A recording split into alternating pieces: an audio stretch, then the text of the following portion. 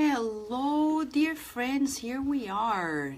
21 Days of Empowerment, Redefining Money, based on the book Money through the Spirit Emmanuel, psychographed by the medium Chico Xavier. If you want the book, you can acquire FD, United States Spiritist Federation, www.spiritist.us. There you're going to find the copies for you, for everyone whom you think will benefit from it. This is a beautiful pocket book that really should be in our pockets before we deal with money.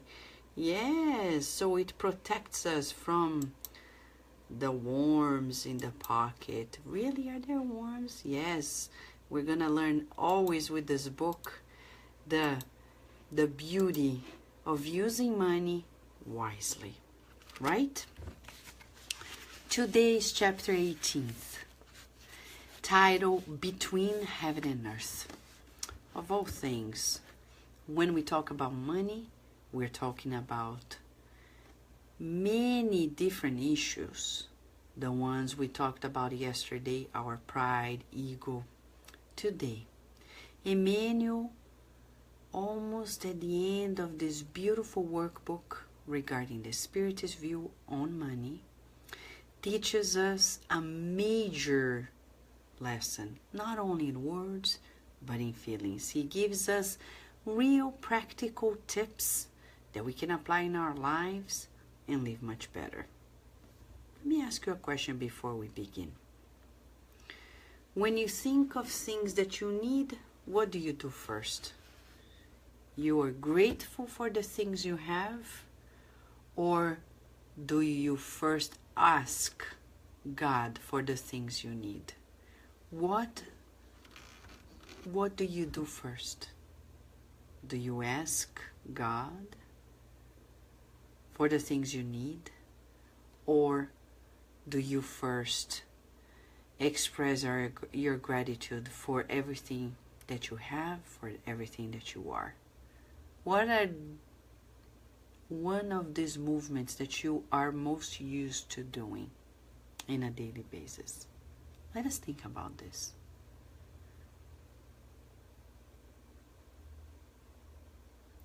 Got it?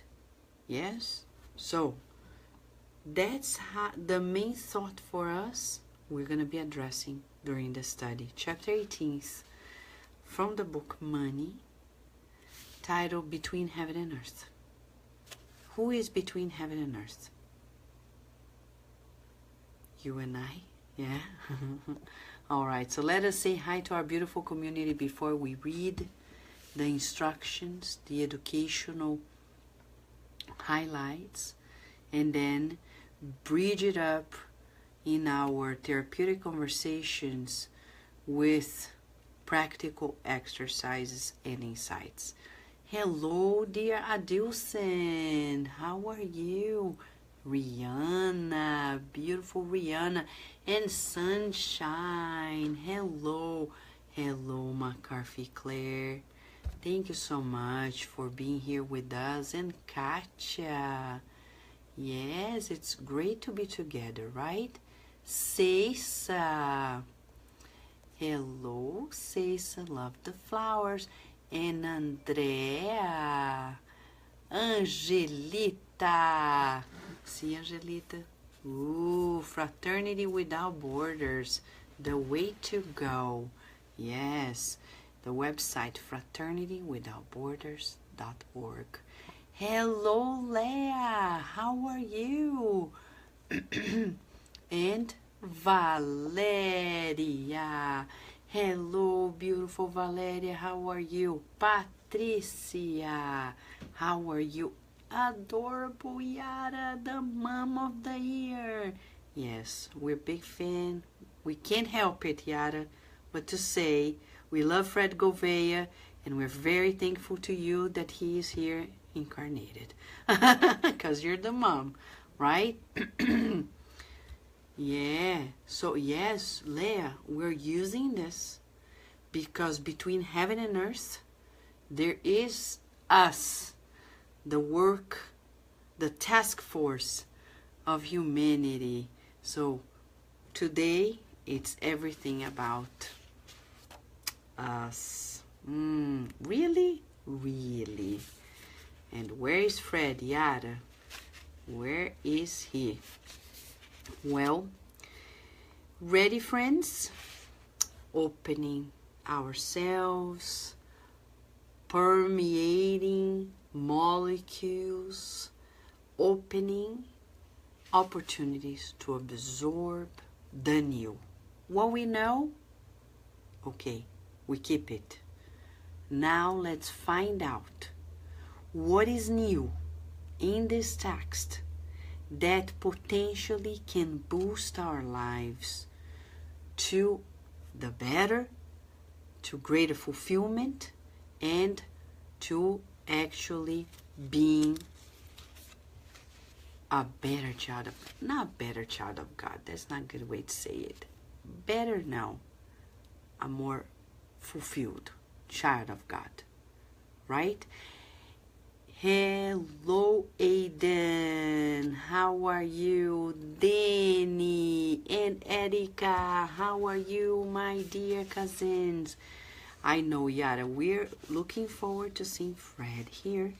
Meanwhile, Emmanuel is gonna tell us between heaven and earth. In order to know how to safely ask, it is indispensable to know how to give. Not only are human beings in this world God's children, but they are also the collaborators of God's terrestrial work. That is why you see human beings everywhere in partnership with divine providence. In that partnership, the Lord is the owner of life, and our human spirit is its usufructuary. Through that collaboration, they gather together in their granting, the tender, and the administration, and the execution, offering to work quarters significant resource and effort of supply and profit. The All-Merciful gives the farmer land for the production of food. But if the farmer wants a fair harvest, they will have to conquer it with their own sweat. God yields to the architect building materials, but the house does not build itself without arms that sustain it. The All-Merciful gives men and women the joy of the family temple, enriching them with hope and love. However, if the holders of such happiness hope that it will be built, it is on them to commit their hearts to mutual support in order to guarantee the conquered blessing.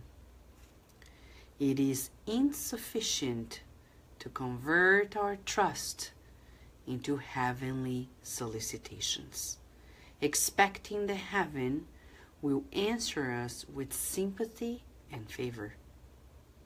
It is necessary to consult our own attitude and our values at hand, so that we are not reforming in vain the borrowings. Many expect that their failure will rekindle their vigilance. However, if each of us remains firm in dealing with the responsibilities that life has delegated to us, in accordance with our own needs and without desertion or doubts, then our own task will become a continual prayer to heaven, in constant communion between our fragmentary life and total life. Thus, It will turn all our prayers of praise and supplication into silent and living chants of acknowledgement and praise.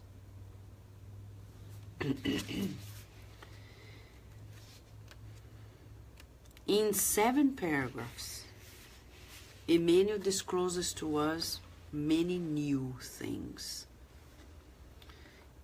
By titling this very chapter, Between Heaven and Earth, he gives us an opportunity to think about what we are to become, unfold heaven, and where we are, earth.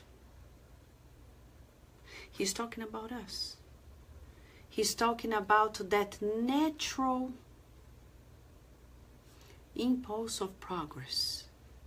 When we aim high, when our higher self is striving and thirsty to really grow above the earthly limitations. And earthly limitations here, not necessarily pertaining to the condition of the planet, but earthly limitations in the sense of the state of our own individual evolution.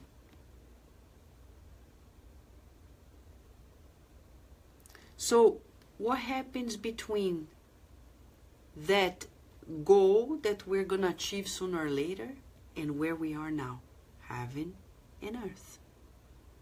What do we do? Because in between those, there are incarnations, reincarnations. The beautiful connection between the spiritual and the physical. The needed collaboration between the material principle and the spiritual principle. We cannot forget. In the first part of the Spirit's book by Allan Kardec, he discloses to us a major teaching of the science of the spirits. That both spirit and matter are God's creatures. Not only spirit, but also matter. The material principle is also of divine essence. Oh yes, created by God. And the spiritual principle created by God. And he made it in such a way that they needed to, the spiritual principle, which are the intelligent beings of the universe, need to connect themselves and enclose themselves in internships in matter. And through that, we're going to intellectualize matter. Because matter becomes more complex per the complexity of the mind of the spirit. So when we see these beautiful bills of money nowadays, they are already very complex compared to the principle, the material principle created by God. Through the collaboration of both the spiritual and the material, even these bills and everything we see in our physical world on the earth is already a byproduct of this collaboration, which is divine. We evolve, and matter, the material principle, also adjusts itself according to the complexity of the mind of the intelligent beings. So here we are, you and I, making peace with the material principle. Every single bit is a blessing. There's nothing useless. Because everything nowadays with the science of recycling shows to us how even homes can be built nowadays thanks to plastic bottles. There are many, our material sciences are showing to us the beauty of this natural mechanism of nature, recycling, and how recycling is helping us understand our world from a different perspective. So here he says, and that's why we asked the question before we began. Usually in that journey of ascension, we often ask God for so many things. And Emmanuel very practically he begins.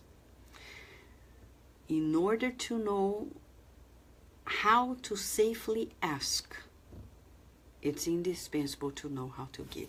Why is he saying safely ask, friends? Safely ask. What does he mean? Safely ask. He is telling us that many times we ask for things that are not safe for us. Can I give you an example? A toddler sees us using a scissor, and natural for the age, they say, "Mom, Dad, can I have the scissor? Can I use it?" And if these are not safe for them, we cannot give it to them. So what they are asking is valid, but it's not safe. They don't know what they're asking. They are asking for something that can hurt themselves.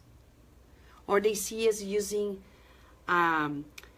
spray, hand sanitizer spray. Can I do it? Can I have my turn? And I say, look, it's valid that you want to try it out. But observe that if you don't turn this little hole to the other side, you can hurt your eyes. So how often we're going to be just like the toddlers, asking God for things that are not safe for us. So Emmanuel, from the get-go in this chapter, he says, we know we're going to ask for things, which is valid, because God is a loving Father, loving Mother, loving parent. But in order to safely ask, we need, so he gives us a rule. We never thought of this. How can I know exactly what I need and ask God for what I need? He's giving us a rule of thumb. He's saying, indispensable to know how to give. It's indispensable to know how to give. No wonder in the Spirit's book and also in the Gospel by Kardec, we learn, without charity there is no salvation. Without giving of ourselves, we'll never have wisdom to safely ask for what we need. Because we often are going to ask for things that are not good for us because they may hurt us. Valid requests, but not safe. So now our question is, what can I do, right, to know how to give? It's indispensable to know how to give. It is indispensable to know how to give. Where does it all begin, friends? Remember the book Thought and Life? We did those 30 days. Your thought, your life. Everything begins in the feelings, vibrations, then thoughts, ideas, then attitudes, actions, words. So how do I know how to give? It begins in my thoughts, in my feelings. That's where we begin it. It doesn't begin external to us. Yes, Andrea, you better ask. You better stop it. Yeah. Right? You better stop asking for a husband because, you know. But how to give? Give in hour and feelings.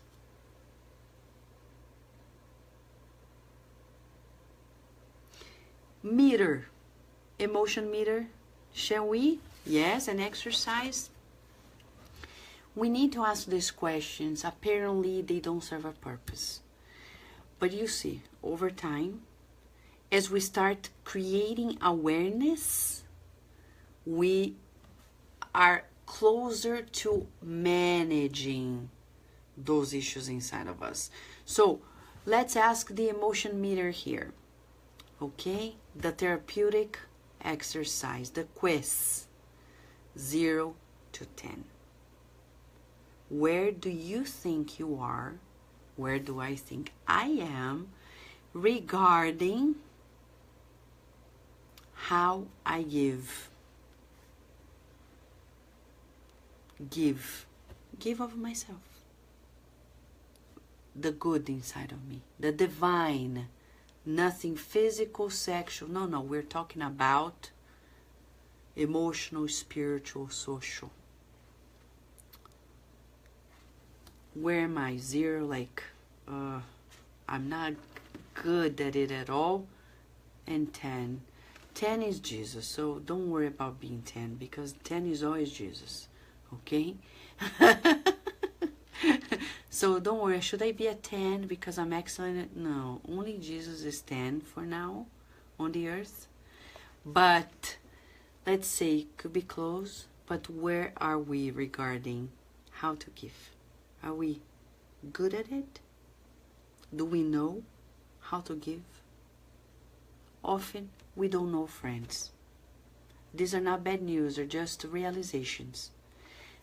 Often we don't know. Because we don't know how to actually unfold the giving in our lives. You see how conflicting and conflicted we are regarding how to give? Somebody knocks at our door. I'm going to say this in general, in the world, because in different countries there are different cultural habits. But somebody knocks at the door and asks for a piece of bread. How many of us, before we open the door, before we give a piece of bread, we go inside and say, really? What should I give? Should I give bread? Should I give water? Should I give nothing? Just say I don't have it? Or money? It's that often we don't know how to give. What to give and how to give. Do I give it with a smile or do I preach to this person, making sure that if they came here to abuse of us, I'm going to tell them they need to find work, blah, blah, blah, blah, blah. You see, often we don't know not only what to give, but how to give. So we need to learn. Because when we talk about material life and the needed connection, the blessed and sacred relationship between the spirit and matter, between the material principle and the spiritual principle, between our physical body and us, the spirit, between heaven and earth, the ideal for us, and what we're still living, we need to know how to give. Emmanuel begins the chapter by outlining exactly what it is. And we found Fred. There he is. Thank you, Aiden.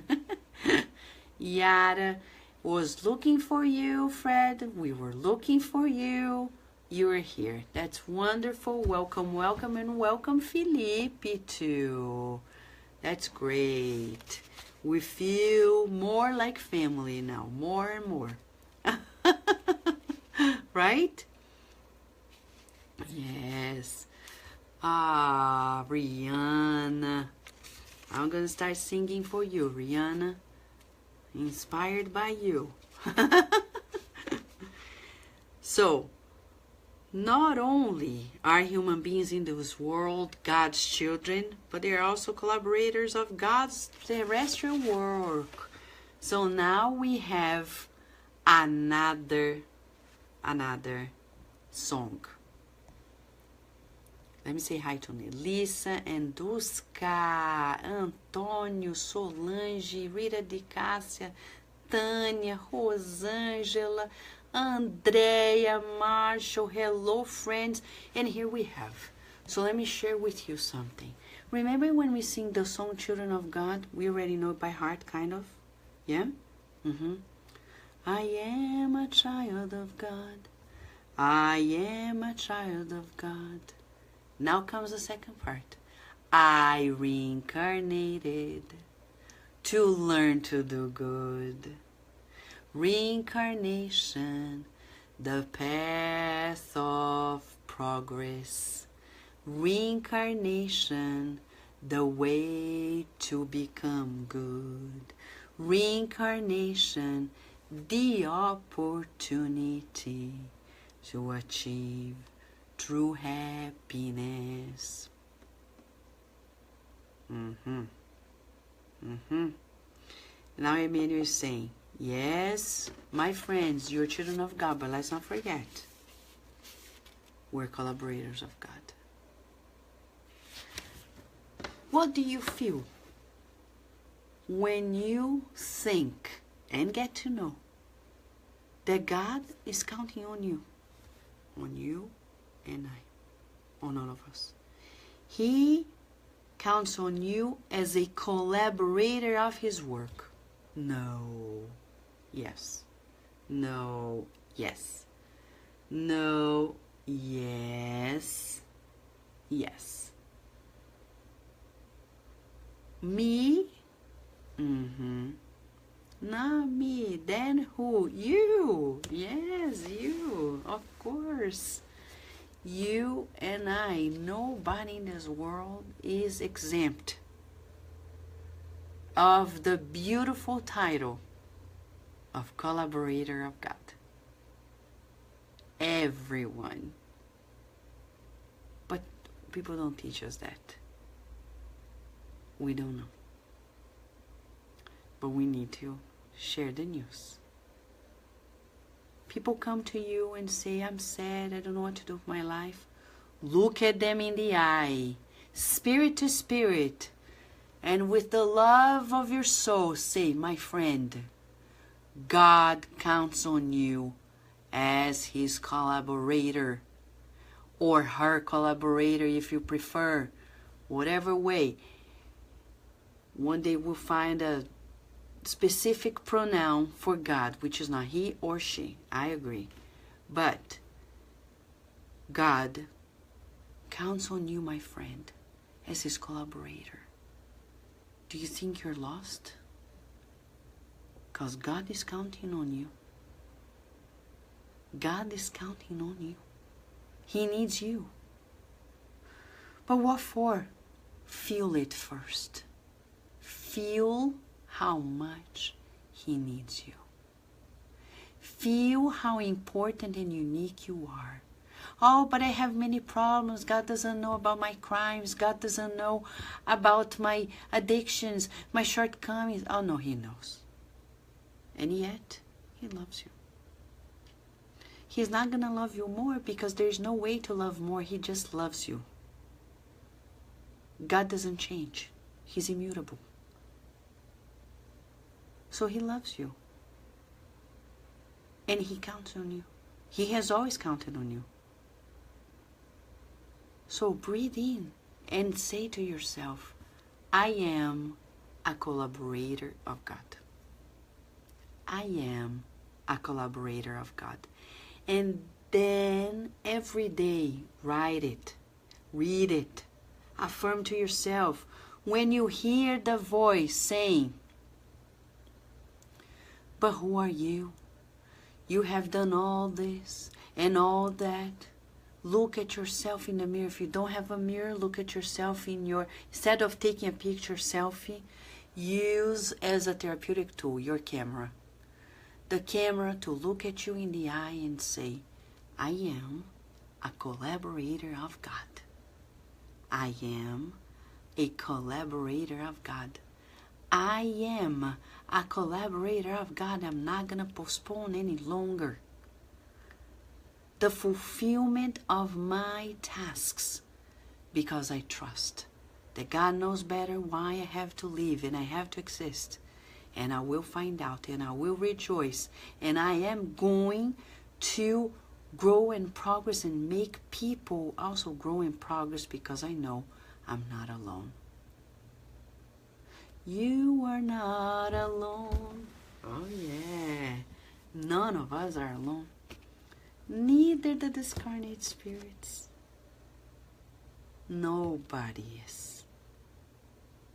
When you read the book And Life Goes On by André Luiz through Chico Xavier, you see, people discarnate here, loved ones stay. They make new friends over there. It's like this beautiful book I read for Virginia, Angelina Ballerina. She goes to the ballet camp. And she doesn't know the teacher, doesn't know the friend. She goes back the first day and says, Mom, it's hard. I don't want to go back next day to ballet camp because, you know, I miss my teacher, my friends, and Mom hugs her as a good mom or dad. First we validate. Don't say, no, don't cry. No, come here. Yeah, I understand you. It's not easy. But she says, the good news, you're going to make new friends. You're going to learn new things. New friends and good things make you grow. Don't worry. Tomorrow you're going to be fine. She wakes up the next day, is encouraged to make new friends, and the rest of the story is in the book. But for us, what matters here is exactly what Angelina Ballerina learned. That no matter if we're here or there, we always make new friends. Like in the book, And Life Goes On. Ernest, or Ernesto, and Evelina, or Evelyn, whatever we want to say, the English version, the Portuguese version, they have family and friends here. And then they become friends in the other life, and they make new friends. And they unfold a beautiful new life. So how many people here we know who have loved ones who departed and they feel sorry, like, oh, who is going to be there for them? Remember, we have many people connected to us. We're destined, as Leon Denis says in the book After Death, to mingle. Social law, the law of society, to make new friends, to learn new things, like Angelina Ballerina.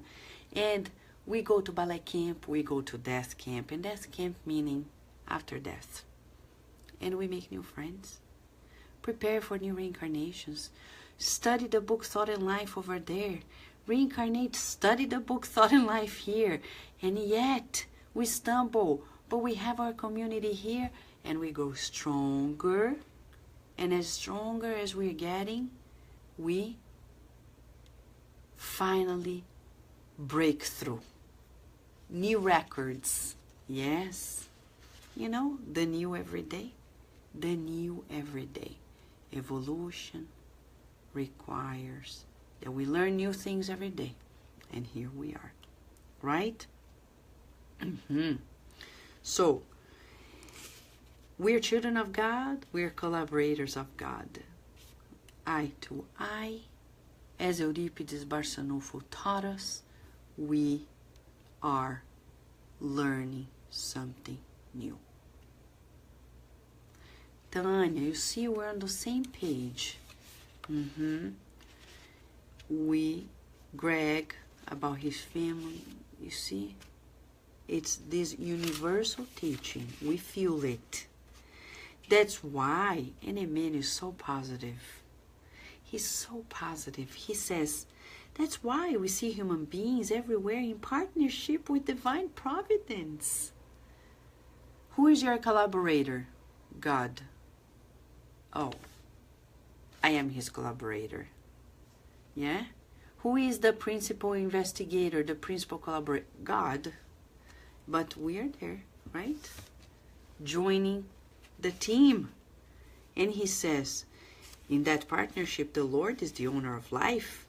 And we are the ones who are given the resources He gives to us through that collaboration, we gather together in the granting, the tender, the administration, the execution, and we multiply. Can we assign an exercise? An exercise, not for now, but homework. Try. And we say this not saying just try a little bit. Let's put an effort. Take a paper or computer and outline at least 10 talents of yours. Don't be shy. That's not ego. That's not pride. Those are God's concessions. What are 10 of your talents? Enumerate in a piece of paper so you can visualize it. You know, when you write, typing or writing by hand, and when you visualize, why is it so important? Because we are recruiting different different parts of our nervous system, creating awareness from different senses. The visual, the touch, if we're listening to something, the hearing. But it needs to come out of our minds and mouth to a piece of paper, so we boost especially the visual system. Because of all systems in humanity, the one that is mostly the strongest for us of all the physical senses is vision. We're visual beings. So if you see it, you will feel it. Right? Don't they say it? That if we don't want to feel something, we just avoid seeing it. But the reverse also is true. Okay? Ah, Melissa, you're kidding me. Don't have 10? You have 1,000,000. 1,000,000, and it's not a corn. We're talking about 1,000,000. You do, you're a child of God, and you're a collaborator of God. So, you know, allow yourself to do this exercise to know more of yourself. Knowing ourselves, as the Spirit say, is vital for our progress. It's not only important, it's indispensable. We won't achieve higher levels if we don't truly know of ourselves. But not knowing just the shortcomings, but knowing the resources. Because through seeking the good inside, we are going to get ourselves freer from the shackles we created from previous lives, says Emmanuel. When he recommends seek the good, feel the good, visualize the good, mold the good, he's saying inside. Seek the good in you. Don't be shy. Let it shine. Right? Yes. It doesn't matter, Melissa. It could be natural or acquired. Either one are divine. They are divine. They are based on the divine. It doesn't matter. Talents are talents, okay? Thank you, Rihanna, for helping us with Melissa.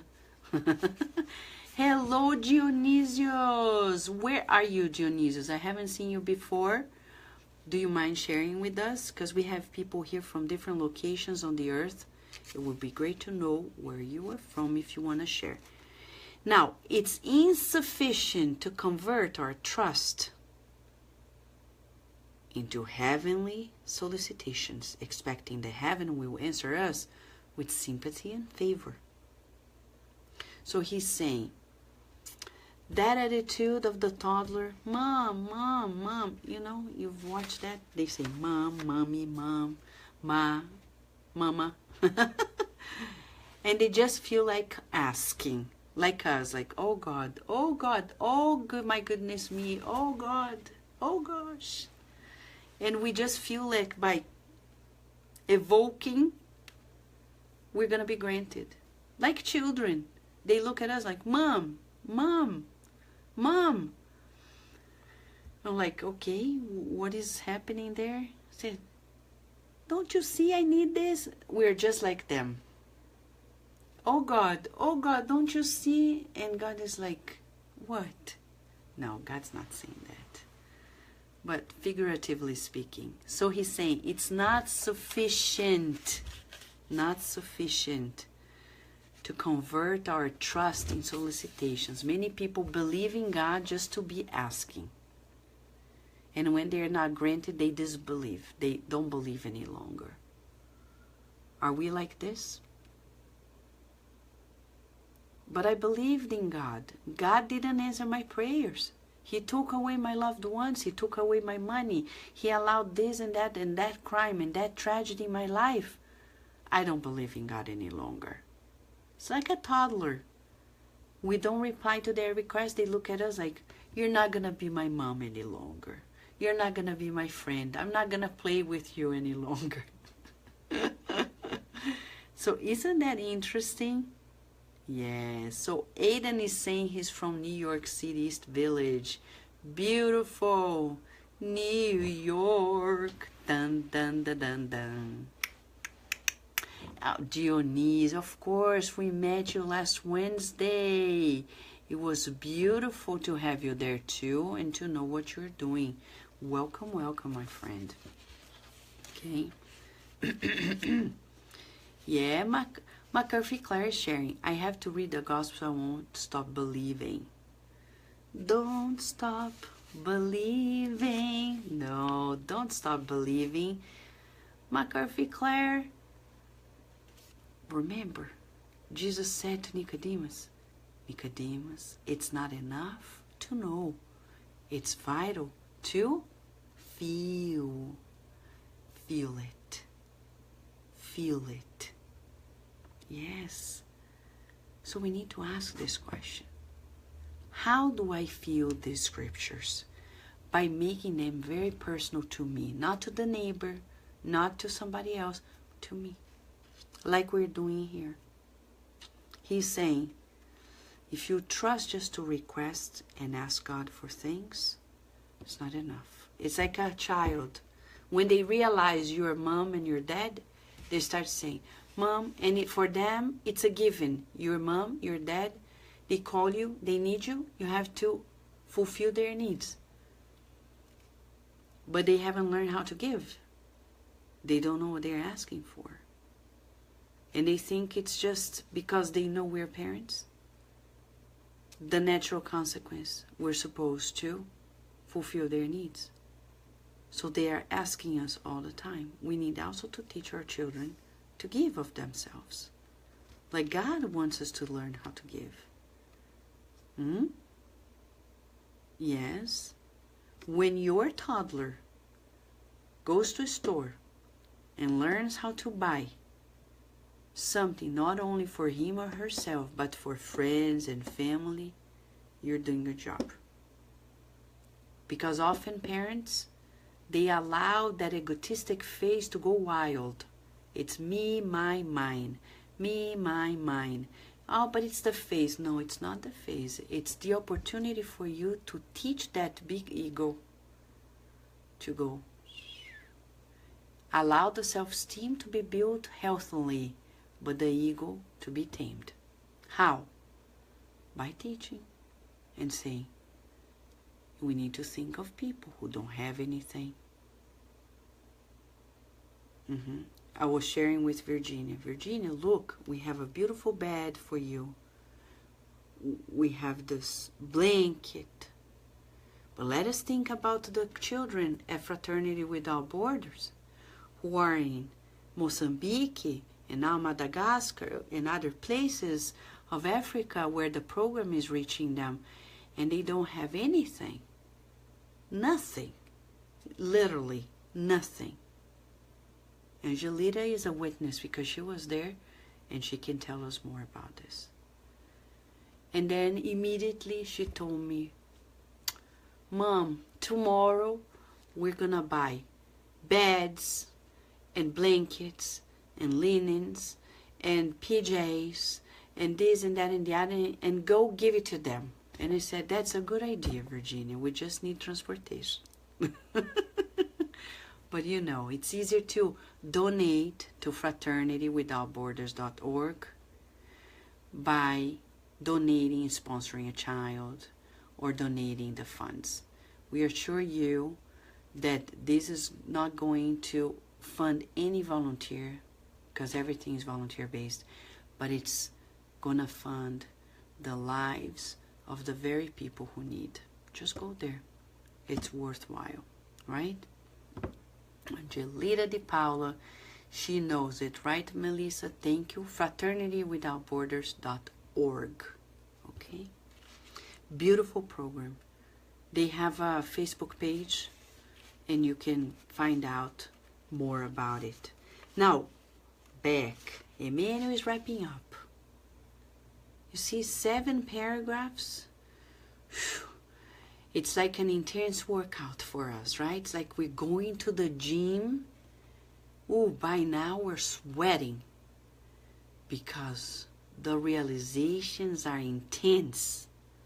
They're really shaking us up, right? So we can shake it off, shake it off. I don't know the song, I just know that part of the verse. But shake off our ignorance so we can really grow stronger. And here he says, it's necessary to consult our own attitude. Emmanuel is practical. He's saying, we need to consult our attitude and our values at hand so that we're not using what we're borrowing from God in vain. That's the homework. What is our attitude? What are our values? Seek the good. What is our attitude? What are our values? So we're not like toddlers. Oh God, please, every day, please give me this, give me that, give me the other. It doesn't go anywhere if I don't actually shape myself up to understand the goodness inside of me. I'm a collaborator of God. Come on, collaborators don't need to ask. They collaborate, and they are already receiving. Because in giving, I am receiving. Does it make sense now? What St. Francis of Assisi said? It is in understanding that we're understood. Because I'm a collaborator of God. I fulfill my duty. And in the fulfillment, I receive my food, my shelter, my protection, my benefits. Yeah? In the fulfillment of my duties as a collaborator of God, I'm naturally receiving. And then I understand why Stephen, understanding since childhood, in Paul and Stephen book by Emmanuel, understand that we are here to serve God. He could face the struggles of life without stumbling. That's the reason why. Beautiful, isn't it? It is beautiful. And it is true. Many expect that their failure will rekindle their vigilance. However, now he wraps up with a golden key between heaven and earth. Heaven, the higher self of the goal we're going to achieve. Earth, the level that we are. He's saying, if each of us remains firm in dealing with the responsibilities of life that life has delegated to us, in accordance with our own needs, and without desertion or doubts, then our own task will become a continual prayer to heaven. So I may be there saying, oh God, I don't know where to begin my life. I go home, I feel depressed. Begin by cleaning your home. God gave you a home, clean it. Organize it. Go shelf by shelf and evaluate. Am I using everything? Can I give it away? Can I give to people who are in greater need than myself? By doing that, I'm beginning it. In my relationships, you have a husband, a wife, child, friend, partner, whatever. Let me seek the good in that relationship. And by fulfilling this duty of seeking the good in this relationship, by being faithful, having no doubt that we should invest in all of our relationships, God's going to grant us what we need, extra, because God is already giving us what we need. If we need anything else, God's going to give us. That doesn't mean we're not going to tune with God, because as a good collaborator, we say, oh, now I find out I need a new pen. And God said, yeah, I knew it. It's here. And you know, it's that perfect match. You know, that synchronicity of life. Like the other day, we were in Spiritist works in Florida. And Carlos, my husband, he said, Vanessa, we need to buy you a new book. It's a little book, like Happy Life. But it's not Happy Life, it's another book. Minutos de Sabedoria. Because I carry in my purse books like this, several of them. He said, you know, yours have been used for many years, 2 decades, Carlos. But it's too used. And I said, okay. But we didn't make it buying at the centers there. I said, don't worry about it. I'll keep this. I'll make a new cover. Make it look beautiful and cute, Hello Kitty-like. Very pinky. Why not? And later, we got here. 2 weeks later, we're in Richmond, Virginia. Somebody comes and gives us the book. And they don't know that Carlos was looking for the book. That's it. Concessions of God. God knows what we need. He knows. I'm finding out. I not only trust to ask, but I trust to fulfill my duties with the things I already know. I begin from what I know, and then I make steps into locations that I don't know.